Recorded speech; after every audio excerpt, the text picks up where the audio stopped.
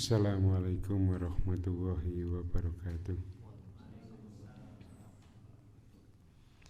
Innal hamdalillah nahmaduhu wa nasta'inuhu wa nastaghfiruh wa na'udzu billahi min syururi anfusina wa min sayyiati a'malina may yahdihillahu fala mudhillalah wa may yudlilhu fala hadiyalah. Asyhadu an la ilaha illallah wahdahu la syarikalah wa asyhadu anna Muhammadan abduhu wa rasuluh. Allahumma shalli ala Muhammad wa ala alihi wa sahbihi wa man tabi'ahu bil huda ila yaumil qiyamah. Qala Allah ta'ala ya ayyuhalladzina amanu taqullaha haqqa tuqatih wa la tamutunna illa wa antum muslimun. Jamaah kuliah subuh Masjid Al-Manar yang semoga Allah muliakan. Alhamdulillah pada kesempatan hari ini kita masih diberikan Allah Subhanahu wa taala nikmatnya, nikmat kesehatan, nikmat iman dan Islam yang dengannya insya Allah kita akan terus berharap Allah memberikan kenikmatan kita baik untuk urusan dunia kita maupun untuk urusan akhirat kelak. Jamaah yang dimuliakan Allah Subhanahu wa taala, kita masih pada bab merasa diawasi oleh Allah Subhanahu wa taala pada bab muraqabah. Kita masuk pada hadis yang ke-66.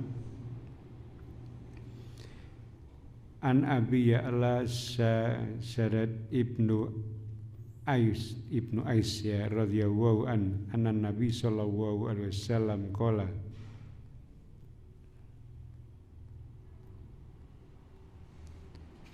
Al-kaisu man dana nafsahu wa amila lima ba'dal mauti wal ajizu man ittaba'a nafsahu hawaha wa tamanna 'ala Allah.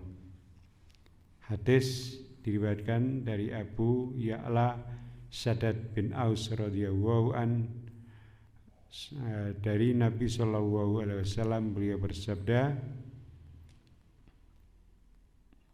Al-kayyisu man dana nafsahu wa amila lima ba'dal mauti wal ajizu man ittaba'a nafsahu hawaha wa tamma 'ala Allah. Ya. Bahwa orang yang cerdas itu adalah orang yang menahan hawa nafsunya dan melakukan amal untuk setelah kematiannya, dan orang yang lemah itu adalah orang yang mengikuti hawa nafsunya dan selalu berangan-angan kepada Allah dengan berbagai macam angan-angan. Hadis diriwayatkan oleh Tirmidzi tapi dinilai oleh Syekh Albani sebagai hadis yang dhaif ya. Bagaimana kemudian penjelasan seandainya hadis itu pun juga kita bisa mengambil manfaat darinya, ya, bahwa sabda Rasulullah SAW, al-kayyisu artinya adalah makna orang yang cerdas, yaitu yang memanfaatkan kesempatan dan membentengi dari hawa nafsunya, sehingga ya tidak luput hari-harinya, ya, malamnya, siangnya, paginya, setiap kesempatan yang dia berikan itu dengan perbuatan yang sia-sia. Jadi kita berbagai macam aktivitas yang ada, maka orang yang kuat ternyata adalah mandana nafsahu, orang-orang yang menjauhi hawa nafsunya. Jadi berbeda keadaannya dengan apa yang dirasakan atau yang dimiliki oleh orang-orang yang pengen merasa dianggap kuat. Justru orang yang dianggap kuat secara umum di kehidupan dunia ini, orang kuat itu ya sing menangan gitu, ya.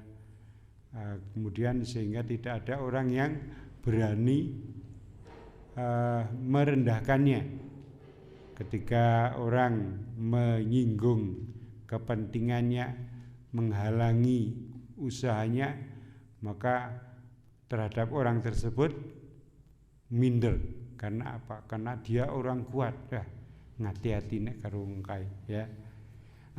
Berbeda dengan apa yang disabdakan oleh Rasulullah SAW ini, bahwa orang yang kuat itu adalah orang yang mandana nafsahu, orang yang menjauhi hawa nafsunya. Jadi kudune iso nesu tetapi ora nesu. Nah, itulah orang yang kuat, berarti dia mampu menahan hawa nafsunya, melihat apa yang harus dilakukan dari perintah-perintah tersebut, dia yang harus dilakukan, yang tidak harus dilakukan tidak usah dilakukan, yang harus dijauhi bahkan dia mampu menjauhi. Maka orang-orang yang kuat itu adalah orang yang bisa menahan hawa nafsunya, bukan justru yang mengumbar hawa nafsunya. Jadi orang itu akan meninggalkan apa yang dilarangnya.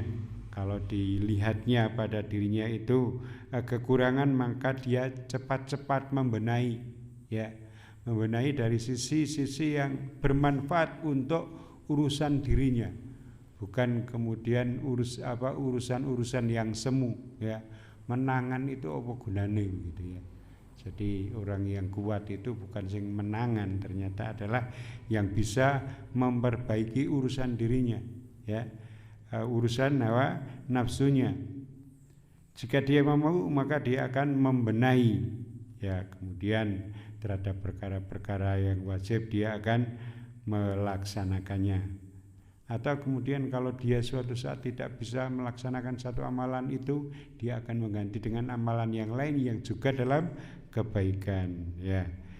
Jika dia suatu saat jatuh ke hal-hal yang diharamkan, ya, maka dia kemudian beristighfar, ya, menahan hawa nafsunya. Dia beristighfar, taubat, ya. Kemudian dia menggantinya dengan perbuatan yang lain, apa yang baik gitu ya. Kemudian sabda Rasulullah SAW, wa amila lima ba'dal mauti, yaitu yang dia beramal untuk setelah kematian, untuk urusan setelah kematiannya. Jadi tidak yang sifatnya keduniaan.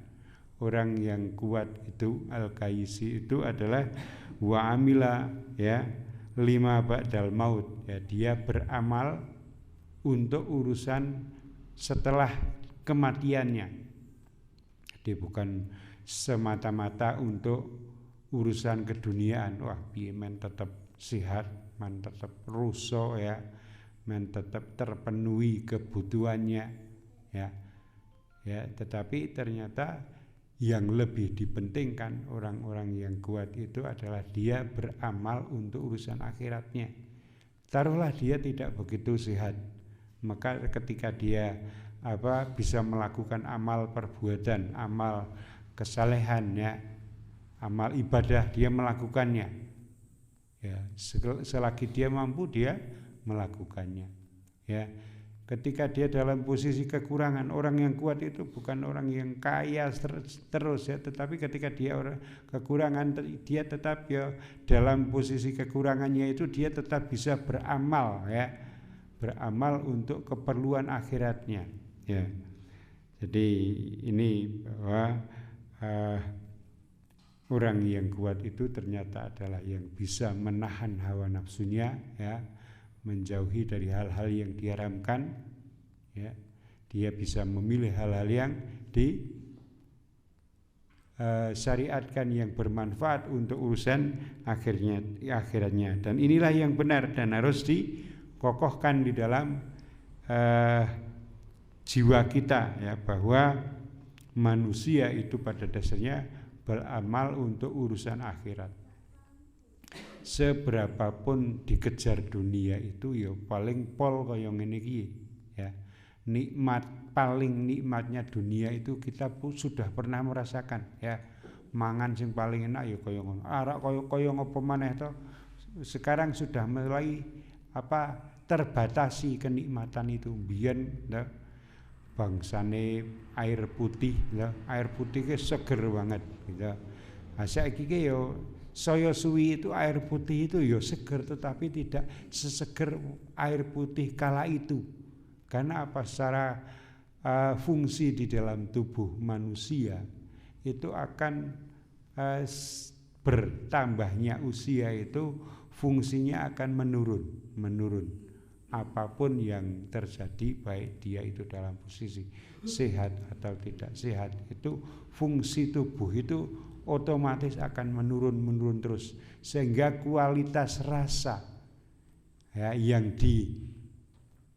dirasakan oleh sel-sel saraf ya, perasa di dalam lidah kita, di dalam tubuh kita itu otomatis akan menurun, sehingga kenikmatan itu ya tidak akan senikmat zaman kita dulu sewaktu masih muda, sewaktu masih belia ya. Ya paling kaya ngono kae apa polnya itu ya, kemudian sekarang kita akan mencapai situ sudah tidak bisa. Maka kemudian orang yang cerdas ya tidak ingin kemudian pengen mengulangi kenikmatan dunia itu, karena otomatis dunia itu akan semakin tidak seenak dulu gitu nggih. Jadi sudah qadratullah ya, sudah sunatullah bahwa yang namanya fungsi tubuh itu akan mengalami pengurangan. Demikian juga reaksi di dalam tubuh kita, sehingga orang yang cerdas itu bisa memanfaatkan kondisi dirinya itu. Ternyata bahwa kalau itu yang mau dikejar lagi sudah tidak bisa, maka dia harus kemudian mengalihkan bahwa dia beramal untuk kehidupan setelah kematiannya. Ya, nanti kita mengetahui ya dengan berbagai macam yang pernah kita dengar bahwa kualitas kehidupan di akhirat itu tidak terbandingkan ya dengan urusan dunia, baik sisi kenikmatannya, kelanggengannya ya, kemudian jumlahnya tidak bisa dibandingkan dengan kenikmatan yang ada di dunia ini. Maka orang-orang yang cerdas adalah dia itu amalnya itu adalah orientasinya adalah akhirat. Bagaimana agar apa yang bisa dilakukan sekarang ini nanti ada balasannya di akhirat. Jadi orang yang cerdas itu adalah orang yang demikian itu, karena dunia itu semua akan melewatinya ya, dan cita-cita yang sesungguhnya bagi seorang yang beriman adalah cita-cita kehidupan kebahagiaan di akhirat, sebagaimana kita doa kita ya dalam sehari-hari itu. Di dunia ini kita mendapatkan hasanah, kebaikan di dunia itu bukan ketercukupan yang berlebihan, nah, tetapi ketercukupan untuk beramal, untuk mempersiapkan kehidupan di akhirat. Maka dilanjutkan dengan doa wa fil akhirati hasanah, dan kebaikan untuk urusan akhirat ya, sehingga ketika seseorang di akhirat itu diberikan kebaikan ya, dijauhkan dari azab neraka ya, maka itu adalah satu kebaikan dan itu tidak ada batasnya. Karena yang demikian itu, maka kemudian orang yang cerdas adalah orang yang lebih mementingkan beramal untuk kehidupan akhiratnya. Oleh karena itu ya, maka mari kita menjadikan dunia ini ya secukupnya saja, tidak usah terlalu dikejar. Ketika kita mengejar dunia, maka nanti akhiratnya akan terlepas ya. Berbeda ketika kita lebih mementingkan akhirat ya. Janji Allah ya, ketika orang itu bertakwa, maka Allah akan memberikan rezeki dari arah yang tidak disangka-sangka ya. Kemudian dari arah yang tidak disangka-sangka dan juga tanpa perhitungan. Ora kudu njlimet nek bar kaya ngene, engko badine kaya ngene, nek tak sulap ya, tak rekayasa kaya ngene engko badine seperti itu. Ternyata rezeki dari Allah tidak seperti itu. Tadi rezeki dari Allah itu tergantung dari ketakwaannya. Bisa saja orang itu ya nyambut kawin ya biasa-biasa saja, tetapi semua serba tercukupi oleh Allah Subhanahu wa taala. Kecukupannya adalah kecukupan yang barokah, ya. Maka kita berlindung pada Allah dari hal-hal yang tidak bermanfaat untuk urusan akhirat kita itu. Jamaah yang dimuliakan Allah Subhanahu wa taala, ya, maka mari ya kita lebih mementingkan tentang urusan akhirat. Kita bisa mengambil hikmah dari hadis ini, ya. Kita tidak usah terlalu banyak berangan-angan, ya, untuk urusan dunia ini, ya.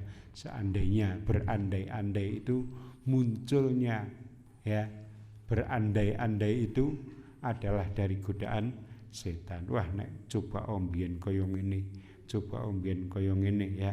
Maka kemudian itu menjadikan orang itu tidak bersyukur, ya, tidak percaya kualitas ketakwaan, keimanannya terhadap takdir Allah itu berkurang, ya.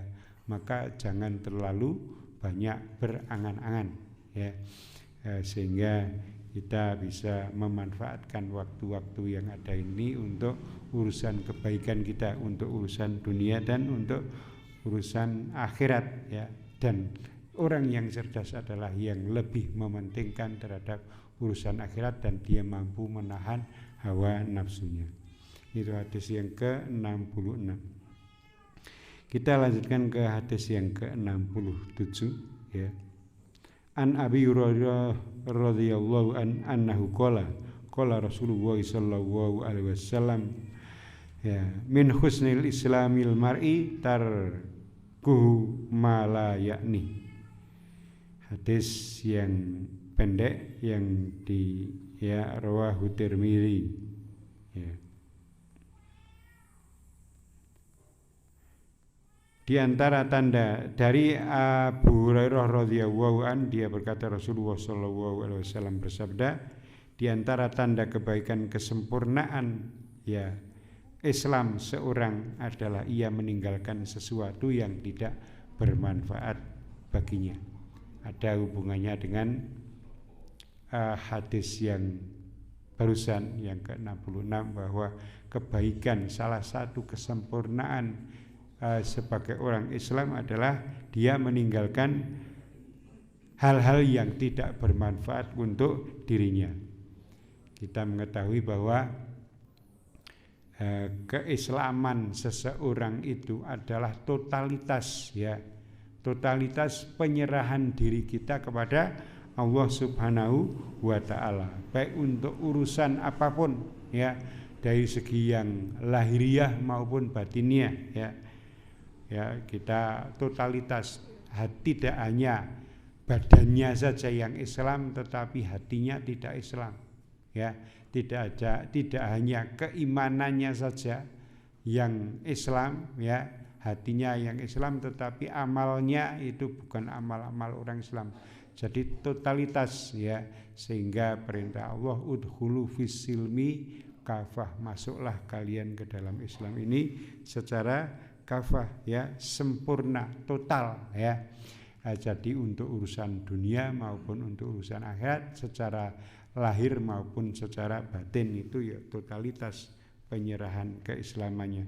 Dengan keislaman seperti itu secara batiniah, ya, kita telah mengetahui bahwa tentang keimanan itu, ya. Ya, apa toh iman itu, apa toh Islam itu, ya, yang sempurna itu, ya. Jadi min husnil islamil mar'i tarkuhu ma la yakni, sebagian kesempurnaan sebagai salah satu ciri orang Islam yang sempurna adalah meninggalkan sesuatu yang tidak bermanfaat untuk dirinya, ya, secara batiniah kita. Maka totalitas keimanan kita itu, ya, seperti pada hadis-hadis yang sudah kita bahas pada pertemuan-pertemuan yang lalu, bahwa yang namanya Islam itu, yang namanya iman itu adalah keimanan, ya, kita kepada Allah dengan, ya, segala yang Allah miliki, baik tentang sifatnya, tentang asmanya, ya, tentang kekuasaannya, ya, tentang perbuatan-perbuatan yang Allah mampu, ya kita beriman. Kemudian kita mengimani kepada Rasul, kitab, ya, kemudian sampai kepada hari kiamat, takdir, ya, mau yang baik maupun yang jelek. Itu secara batin. Adapun tentang penyerahan diri kita secara lahir adalah memperbaiki seluruh amal-amal lahiriah kita, ya. Seluruh amal lahiriah kita, baik dari ucapan kita, ya, baik dari perbuatan anggota tangan kita, anggota badan kita, ya, maka kita menyerah totalitas. Maka menyerah totalitas itu adalah berarti kita melaksanakan, ya, yang bermanfaat untuk diri kita, untuk urusan akhirat kita, untuk urusan ibadah kita, ya. Jadi ketika tidak bermanfaat maka ditinggalkan, ya. Berbeda dengan kehidupan yang ada sekarang ini, sok pengen tahu urusan orang lain. Wah, urusan orang lain kan kita tidak ada kepentingannya untuk kita. Justru yang ada sekarang ini di media atau di kehidupan masyarakat yang menarik itu nek ngomongake urusane wong liya, ya. Ana wong liya liwat sekondi, ya, ngopo nang kono, ya, ya, njukar sapa. Nah, itu akan menjadi sebuah gosip. Nah, koyone asik, ya, ketika kita membicarakan seperti itu, ya.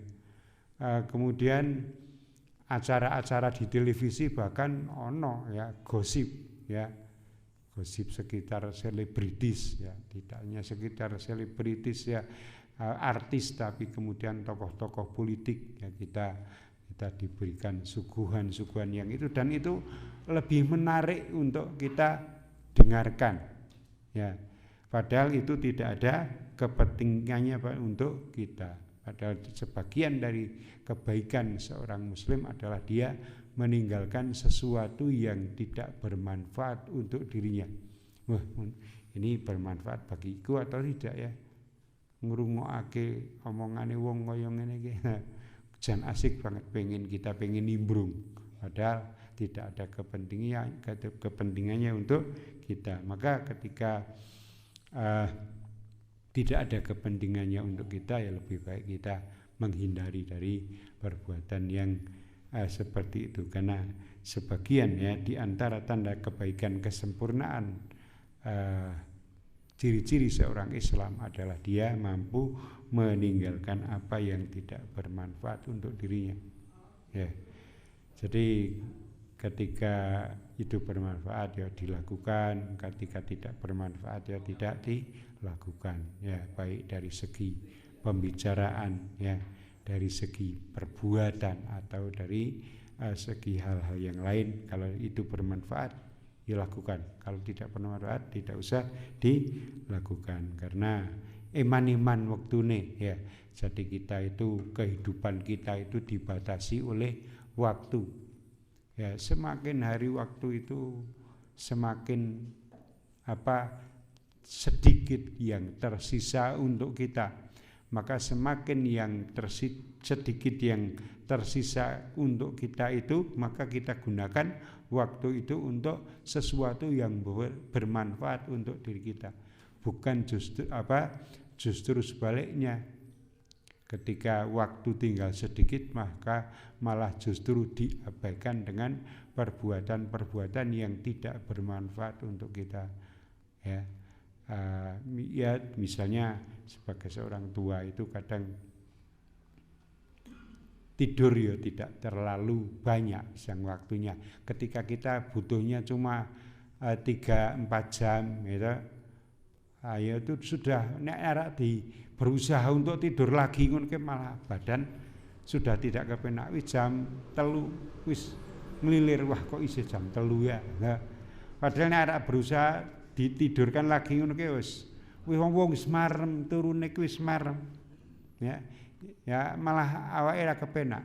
Lebih baik bangun saja ya, kita berbuat untuk sesuatu yang lebih bermanfaat untuk diri kita. Taruhlah kemudian kok jebulannya ngantuk mana ya, lebar sholat misalnya, lebar sholat ngantuk mana ya, tidur lagi sebentar ya, sampai kemudian nanti mendengar azan subuh ya, baru subuh orang juga wah kayak jam 3 wis tak turu marmak sisan ya. Ya waktu kita itu eman-eman ya, cukup turune. Makan ya sedemikian pula. Makannya kita itu sak enak-enake ya. Ora kelakon nara kebutuhan tubuhnya itu sekali makan itu lebih dari 2 piring ya. 1 piring saja sudah cukup sebenarnya. Nah, keperluan kita sudah cukup 1 piring, ya udah 1 piring saja. Ora wah kemudian ditambah. Wah, golek kemareman. Ya, warung kene iki enak. Kono ke luwih enak, ya senajak tak rono ya. Wong wetenge wis cukup ya sudah. Ya, sebagian dari ciri orang muslim adalah mencukupkan itu, sudah ya. Ketika sudah tidak bermanfaat untuk dirinya ya sudah. Ya seperlunya saja. Baik untuk urusan dunia, untuk urusan dunia itu ya sudah secukupnya saja. Untuk urusan badan kita, makan kita, minum kita, ya, pekerjaan kita, ya secukupnya saja. Apa yang kita kejar tidak akan kemudian semuanya kita dapatkan. Ya, di dunia itu ada banyak keterbatasan. Orang pengen makan yuk batasi ono ya, orang pengen minum yuk batasi ono, orang arah pengen iso berkemampuan ya yang luar biasa yuk batasi tetap ono, ngangkat ngono ke apa keperluannya kita bisa mengangkat ya benda-benda yang berat itu ya sak cukupe wae. Ketika kita mampunya hanya misalnya 50 kilo ya sudah, orang mah dilatih men kuat tadi swidak ya, nanti malah jadi ora baik untuk urusan kita.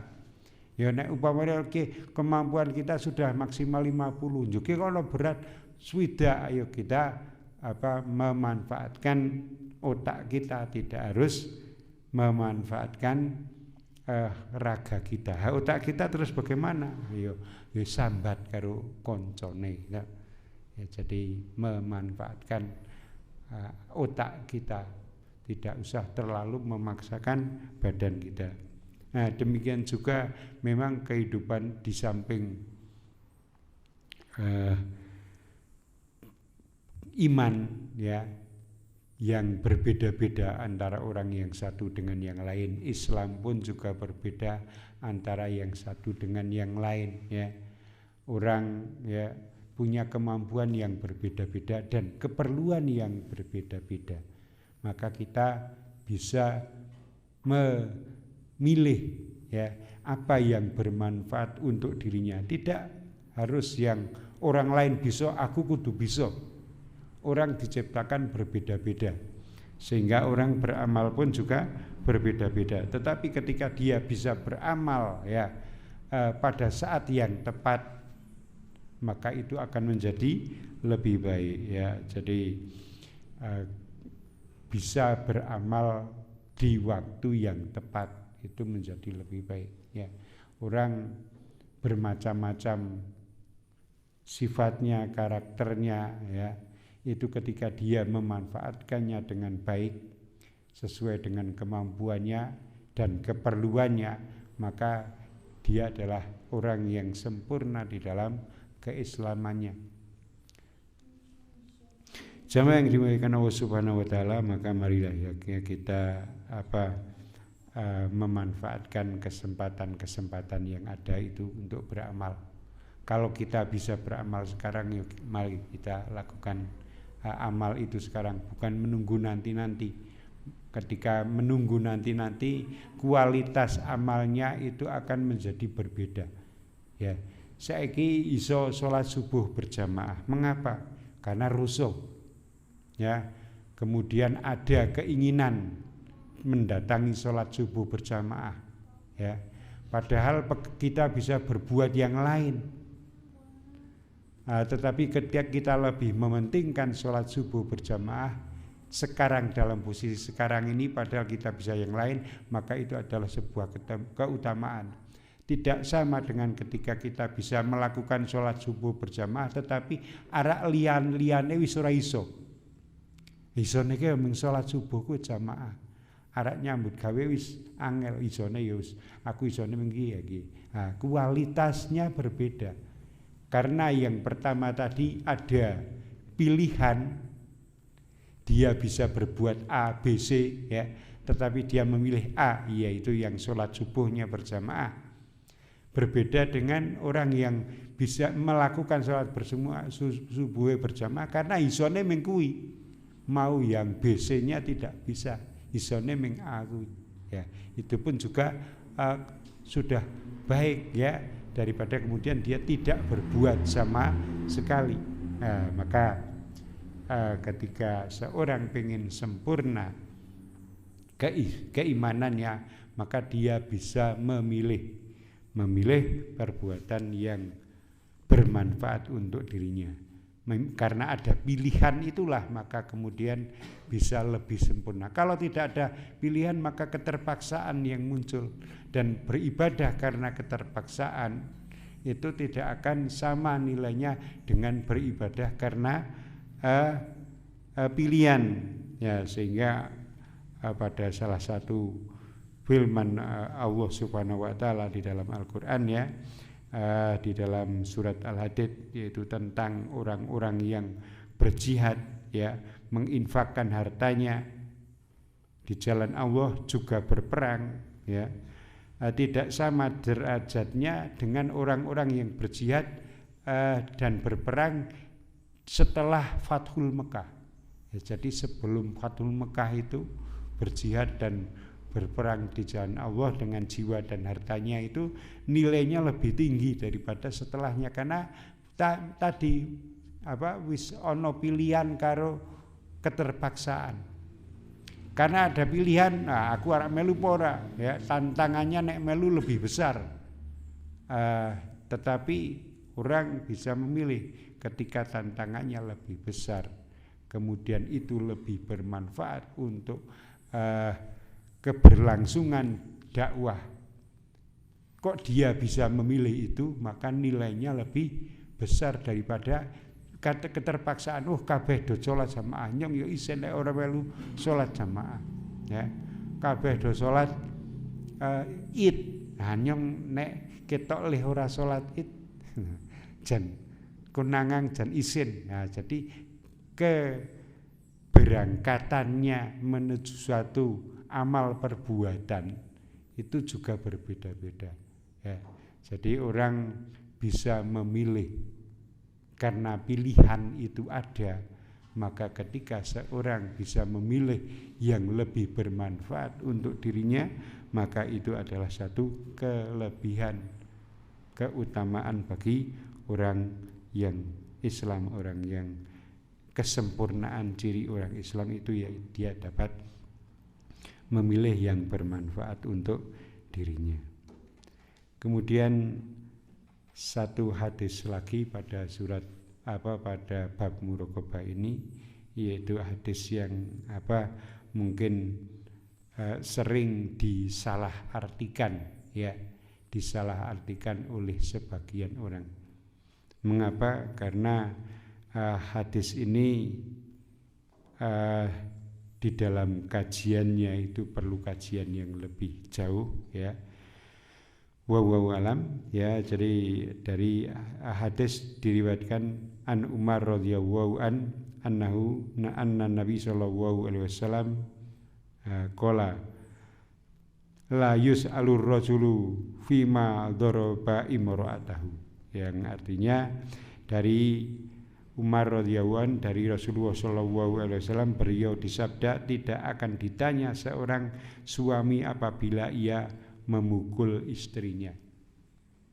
Nah, yang pertama tentang kedudukan hadis. Ya.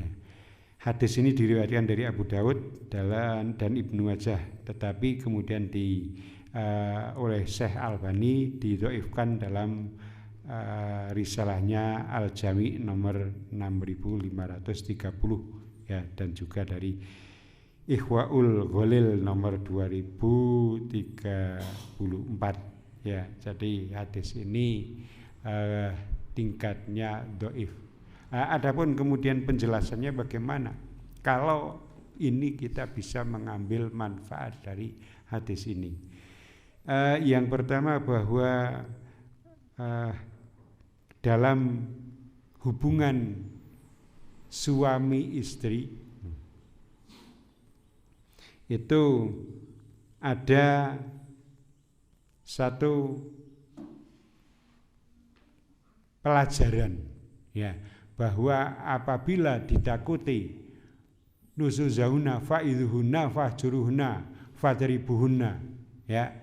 Ya, jadi ada tingkatan-tingkatan ketika hubungan suami istri itu, kemudian sang suami dengan ketakwaan dan keimanannya, dengan dasar ketakwaan dan keimanannya itu kemudian mengkhawatirkan atas berbuatnya ya kejelekan pada seorang istri ya, kecemburuan yang kemudian ada indikasi ketidakbaikan, ketidaktaatan ya kepada suaminya, maka ada urutan-urutan pembinaan, mulai dari dinasihati dengan kalimat yang baik. Setelah dinasihati dengan yang baik kok kemudian belum mempan, maka kemudian pisahlah ranjangnya, pisahlah tempat tidurnya. Jadi wis aja cepak-cepak nek turu ya. Kemudian ketika ini pun juga belum mampu, maka belum mampu untuk mengubah sikapnya, ketaatannya kepada istri, maka kemudian ada syariat kemudian boleh memukul. Tetapi memukulnya itu adalah memukul pembinaan, bukan memukul kejahatan. Nah, kita kan bisa membedakan antara memukul yang sifatnya pembinaan dengan memukul yang sifatnya kejahatan. Memukul yang akibatnya adalah menyakiti, itu adalah memukul yang sifatnya kejahatan. Tetapi memukul yang pembinaan, yaitu sekedar kemudian si istri takut untuk kemudian mengulangi perbuatan yang menunjukkan ketidaktaatan. Ya, jadi ini wallahu alam maksudnya adalah seperti itu ya. Jadi tidak kemudian memukul, wah ini berarti tidak ditanya, artinya tidak dituntut ya. Ya ini misalnya adalah dengan tahapan-tahapan tadi ya, tidak ditanya. Umpamanya kita dalam komunikasi dengan sosial nang opo kok mantem bojone kok bojone kok dipukul, ora mah takon. Nek ditakoni bojone kuwi suaminya nang opo kok takon, ya malu dia akan mengungkapkannya to. Wong aku kecemburu karo bojoku, dia udah mulai tidak taat, wis tak pisah ranjange, ya iki akan mengungkapkan satu aib di dalam rumah tangganya, kan malu kita. Maka jangan ditanya terhadap urusan-urusan yang sifatnya rumah tangga itu. Ya bagi seorang yang beriman sudah harus tahu sendiri ini urusan dirinya atau tidak. Ketika itu sudah merupakan urusan hak prerogatif sebuah rumah tangga, maka tidak usah ditanya tentang kenapa dia kok memukul istrine ya. Tetapi yang meskipun juga demikian juga tidak ada kemudian dengan keadaan seperti ini suami boleh memukul istri sekenanya, seenaknya. Yang terpenting di sini adalah tentang sifat pembinaan, bukan kejahatan ya. Jadi memukulnya juga memukul dengan pembinaan. Dan juga ada selain aturan-aturan yang tadi tahapan-tahapan dilewati, juga ada aturan-aturan yang lain. Memukulnya misalnya memukul ya aja nang kepala, memukul jangan kemudian membuat menyakiti sampai kemudian tidak ridho. Nah ini malah menjadi kasus nanti itu KDRT ya. Seorang suami memukul istrinya sampai kemudian ada rasa sakit, ya, kemudian ada akibat-akibat yang jelek. Nah, kalau ini kemudian masuk ke ranah hukum, ini akan menjadi berbahaya. Oleh karena itu ya, maka mari ya kita bisa mensikapi hadis ini dengan baik, ya. Pertama bahwa ini hadis ini bukan sebagai alasan untuk seorang suami itu bisa berlaku seenaknya terhadap istri, tetapi seorang suami harus kemudian melewati tahapan-tahapan di dalam pembinaan. Nek iso dinasihati dengan cara yang baik, ya cukup dengan yang baik saja, ya, tidak perlu kemudian ditambahkan dengan usaha memperlihatkan bahwa aku kuat, ya.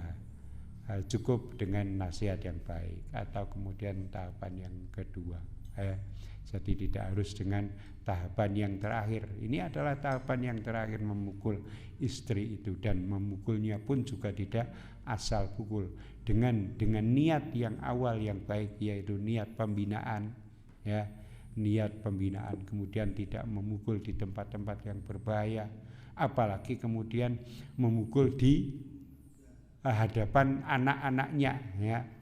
Di hadapan anak-anaknya saja tidak boleh, apalagi memukul nang luar, ya, nang luar rumah, ya. Nah, ini adalah sesuatu yang tidak selayaknya dilakukan oleh seorang yang beriman. Orang yang beriman itu tahu batasan-batasan yang harus dilakukan.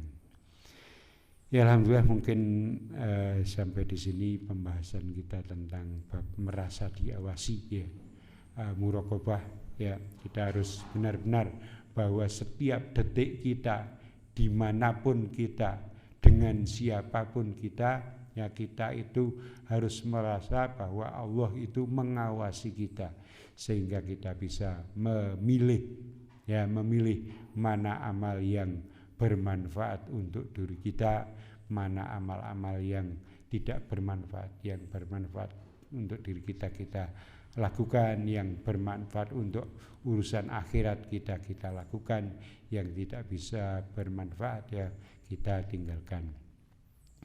Wallahu a'lam. Subhanaka Allahumma wa bihamdika asyhadu an la ilaha illa anta astaghfiruka wa atubu ilaik. Wassalamualaikum warahmatullahi wabarakatuh.